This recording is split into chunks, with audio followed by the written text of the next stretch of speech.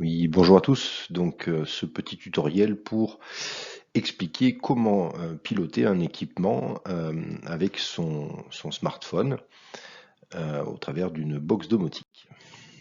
Donc, tout d'abord, le matériel. Il faudra un Raspberry. Éventuellement, un Raspberry, on peut faire tourner ça aussi sur un PC de maison, mais l'avantage de ce petit ordinateur minuscule, c'est qu'il ne consomme pas beaucoup et qu'il peut tourner toute la journée, 24 heures sur 24. Et jouer son rôle de serveur. Donc c'est lui qui va héberger les logiciels domotiques, qui va aussi accueillir. Alors, il faut monter un réseau de commandes locales en Z-Wave, par exemple, c'est un protocole domotique sans fil qui permet donc de piloter des équipements à distance. Et l'équipement, ça va être dans notre cas une pompe, et cette pompe va être pilotée par un petit relais qui lui est communicant avec le réseau domotique. Les logiciels dans ce tuto que j'ai utilisé sont donc JDOM, qui est un logiciel de gestion domotique français qui marche très bien, qui devient de plus en plus stable, très sympa. Le service IFTTT, on y reviendra. Et évidemment un smartphone équipé de l'assistant Google, puisque ce tuto ne concerne que l'utilisation de tout ce système-là avec un téléphone Android. Alors, comment ça marche? Eh bien, tout simplement, on va passer un ordre vocal à son assistant qui va, par la 4G, demander un service sur Internet, de demander à la box domotique de démarrer un équipement au travers d'un réseau sans fil domotique local. Local, tout l'avantage étant qu'on n'a pas besoin de tirer de câble pour déclencher le fonctionnement de, en l'occurrence, la pompe de la piscine.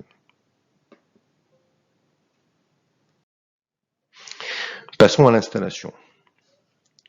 Donc, pour que tout ce petit monde fonctionne, il va falloir installer un logiciel domotique, JDOM en l'occurrence dans ce tuto, sur le Raspberry Pi. Et ça, on va dire, on ne va pas rentrer dans le détail de tous les systèmes qui sont derrière le fameux JDOM, mais simplement, il faut savoir que ça revient aujourd'hui à graver sur une carte micro SD le logiciel que l'on peut télécharger sur Internet. À partir du moment où il est installé dans le Raspberry et que celui-ci est connecté à votre réseau local, il va avoir une adresse IP. Et simplement en saisissant cette adresse IP dans le navigateur chez vous à la maison, vous allez voir l'interface de JDOM vous proposer de configurer, en l'occurrence, le réseau domotique à proprement parler. Donc, dans mon cas, c'est un réseau Z-Wave.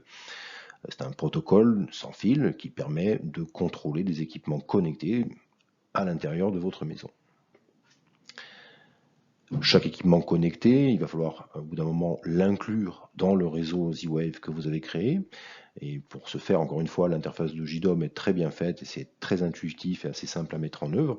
Et puis pour chacun des équipements, dire au réseau, voilà, j'ai un nouvel équipement, il faut que tu le connaisses, et donc de l'inclure. Quand on en est là, on est capable, avec sa box domotique et un navigateur sur le réseau familial, d'avoir des interfaces avec plus ou moins, enfin graphiques en tout cas, avec des boutons qui permettent de démarrer ou d'arrêter des équipements. Ce qu'il faut savoir, c'est que derrière ces boutons visuels se cachent en fait des URL locales qui vont permettre de déclencher au moyen de deux arguments non seulement la clé d'API qui protège les demandes qu'on peut faire, il faut la connaître pour déclencher les événements, et le numéro de la commande, donc en l'occurrence démarrer la pompe ou arrêter la pompe. Avec cette petite particularité que pour l'instant on est sur le réseau local. Donc vous voyez ici l'adresse IP de la box domotique sur le réseau de la maison. Le tout, ça va être de pouvoir l'atteindre depuis l'extérieur. Pour le faire, il suffit de connaître l'adresse IP externe de sa box. Maintenant, le problème, c'est que cette adresse IP sur Internet, celle de votre box Internet, a vocation à changer et elle n'est pas forcément facile à retenir puisqu'il s'agit d'un numéro. Donc il existe des services qui permettent de coller un nom sur ce numéro et veiller à ce que lorsque ce numéro change, au travers du nom, on tombe toujours sur le bon équipement, en l'occurrence la box Internet de votre maison. Toujours pas le fameux JDOM. Et c'est là que dans les paramétrages de votre passerelle Internet, de votre box Internet, vous aurez accès à ce qu'on appelle la table NAT, qui elle va permettre de faire la redirection entre une requête via le DIN DNS sur la Livebox vers l'équipement, en l'occurrence le fameux JDOM où tourne toute la domotique de la maison. Et donc, on va pouvoir, avec les URL qu'on a vus juste avant, simplement en utilisant un nom de domaine dynamique, depuis l'extérieur, depuis Internet, donner des ordres à notre box domotique. Alors maintenant, comment est-ce qu'on le fait à la voix? Donc c'est là que c'est sympathique, parce qu'en fait il existe des services, notamment un qui s'appelle IFTTT, qui va permettre de créer de déclencher des instructions lorsqu'un événement arrive sur un autre service web, qui peut être Facebook, Google, Gmail, hein, ou l'assistant vocal de Gmail. Auquel cas, on va dire à IFTTT, si l'assistant entend une phrase, alors s'il te plaît, déclenche telle URL. Et vous l'aurez compris, on va lui dire de déclencher l'URL qui va commander soit la marche ou l'arrêt de la pompe.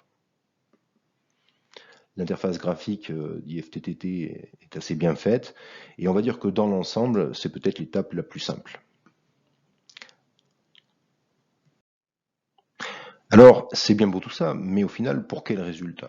Eh bien, tout simplement, on va pouvoir, à l'aide de son téléphone, dire « Ok Google, démarre la piscine ». D'accord, je démarre la piscine.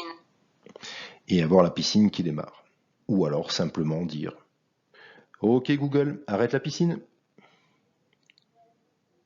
Ok Gaël, la piscine est arrêtée. Est-ce que tu veux prendre une douche? Ma foi, c'est une bonne idée, après un bon bain. Sur ce, je vous laisse. J'espère que vous avez pris du plaisir à regarder ce petit tutoriel condensé sur l'art et la manière de piloter une installation domotique à la voix. Merci à vous.